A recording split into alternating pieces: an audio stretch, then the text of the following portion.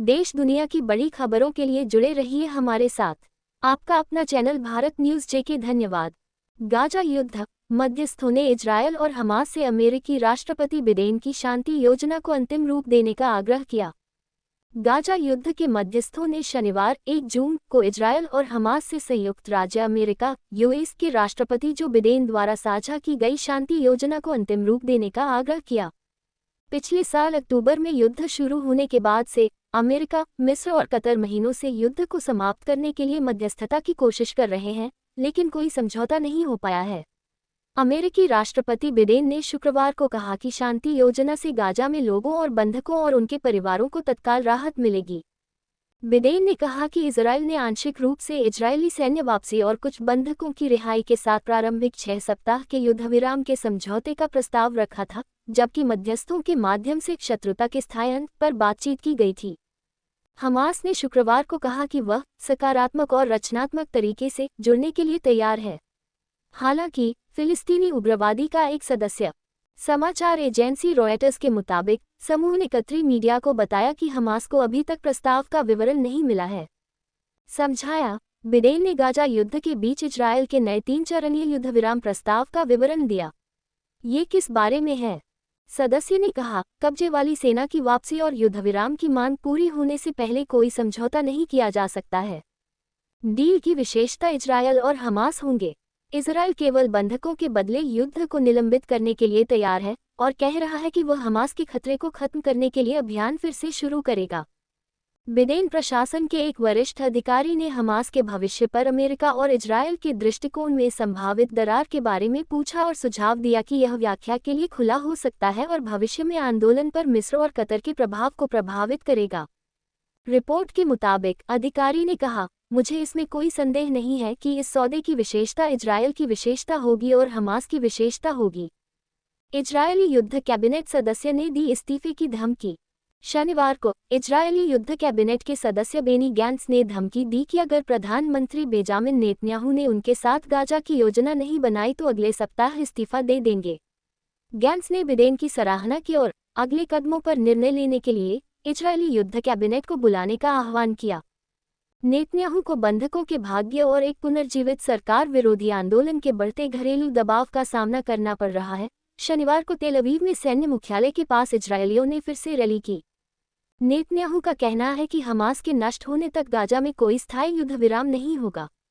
Jerusalem, 1 जून। Israel के प्रधानमंत्री Benjamin Netanyahu ने शनिवार को कहा कि जब तक हमास को नष्ट नहीं किया जाता तब तक गाजा में कोई स्थायी युद्धविराम नहीं हो सकता है, जिससे युद्धविराम प्रस्ताव के एक महत्वपूर्ण हिस्से पर संदेह पैदा हो गया, जिसे अमेरिकी राष्ट्रपति जो बिडेन ने कहा था कि इजरायल ने खुद बनाया था। बिडेन ने शुक्रवार को कहा कि इजरायल ने आंशिक रूप से इजरायली सैन्य वापसी और कुछ बंधकों की रिहाई के साथ प्रारंभिक 6 सप्ताह के संघर्ष विराम के समझौते का प्रस्ताव रखा था, जबकि दोनों पक्षों ने शत्रुता के स्थायी अंत पर बातचीत की थी। हालांकि शनिवार को नेतन्याहू के बयान में कहा गया कि कोई भी धारणा कि इजरायल हमास की सैन्य और शासन क्षमताओं के विनाश से पहले स्थायी युद्धविराम पर सहमत होगा, गैर शुरुआती है।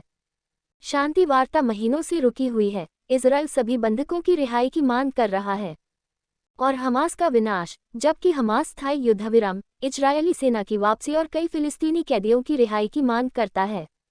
हमास ने शुक्रवार को कहा कि वह सकारात्मक और रचनात्मक तरीके से जुड़ने के लिए तैयार है, लेकिन समूह के वरिष्ठ अधिकारियों में से एक महमूद मरदावी ने कतरी टेलीविजन साक्षात्कार में कहा कि उसे अभी तक प्रस्ताव का विवरण नहीं मिला है। उन्होंने कहा, कब्जे वाली सेना की वापसी और युद्धविराम की मांग पूरी होने से पहले किसी समझौते पर नहीं पहुंचा जा सकता है। हमास इजरायल के विनाश के लिए प्रतिबद्ध है। युद्ध 7 अक्टूबर को शुरू हुआ जब इस्लामी फिलिस्तीनी समूह के लड़ाकों ने गाजा से दक्षिणी इजरायल में तोड़फोड़ की, जिसमें 1200 से अधिक लोग मारे गए, जिनमें ज्यादातर नागरिक थे, और इजरायली आंकड़ों के अनुसार 250 से अधिक को बंधक बना लिया। गाजा में इजरायल के जमीनी और हवाई अभियान ने क्षेत्र को बर्बाद कर दिया है, जिससे व्यापक पैमाने पर तबाही मची है। फिलिस्तीनी स्वास्थ्य अधिकारियों के अनुसार भूखमरी और 36,000 से अधिक लोग मारे गए, जो कहते हैं कि मरने वालों में से अधिकांश नागरिक हैं। पिछले महीने नेतन्याहू ने विश्व नेताओं के आह्वान को खारिज करते हुए छोटे, भीड़भाड़ वाले गाजा के आखिरी स्थान राफा में इजरायली सैनिकों को भेज दिया था, जहां उन्होंने अभी तक बलपूर्वक प्रवेश नहीं किया था, और वहां शरण लिए हुए 10 लाख से अधिक फिलिस्तीनियों को विस्थापित कर दिया था। इजराइल ने कहा कि मिस्र की सीमा पर राफा, गाजा में हमास का आखिरी मुख्य गढ़ था और समूह को नष्ट करने का उसका अभियान तब तक सफल नहीं हो सकता जब तक कि वह शहर में प्रवेश नहीं कर लेता।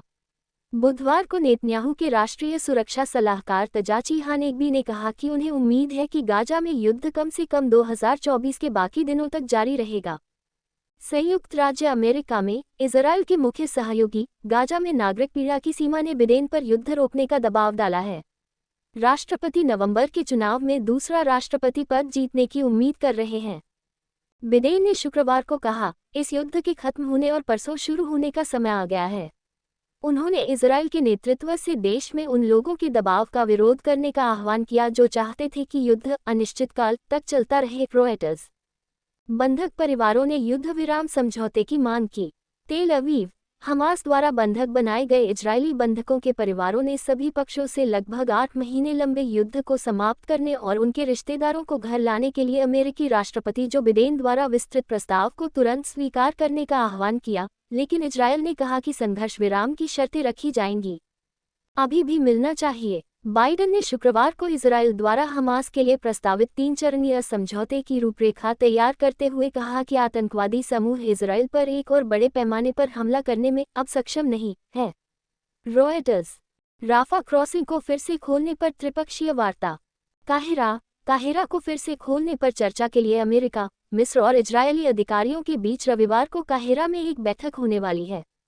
एक उच्च स्तरीय सूत्र ने मिस्र के राज्य से जुड़े अल काहिरा टीवी को बताया कि गाजा का राफा क्रॉसिंग।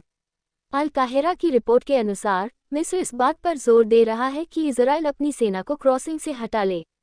इजरायल ने मई में एन्क्लेव के दक्षिणी किनारे पर राफा शहर में अपने हमले के दौरान गाजा की ओर से क्रॉसिंग पर कब्जा कर लिया था। रॉयटर्स। शनिवार को उत्तरी इजरायल में किरियत शमोना के पास रॉकेट से प्रभावित स्थल से धुआं निकलता हुआ। रॉयटर्स। ऐसी देश और दुनिया की खबर देखने के लिए हमारे YouTube चैनल को सब्सक्राइब कीजिए और Facebook चैनल को फॉलो कीजिए। कमेंट, लाइक, शेयर करना ना भूलें। शुक्रिया। Thank you. धन्यवाद।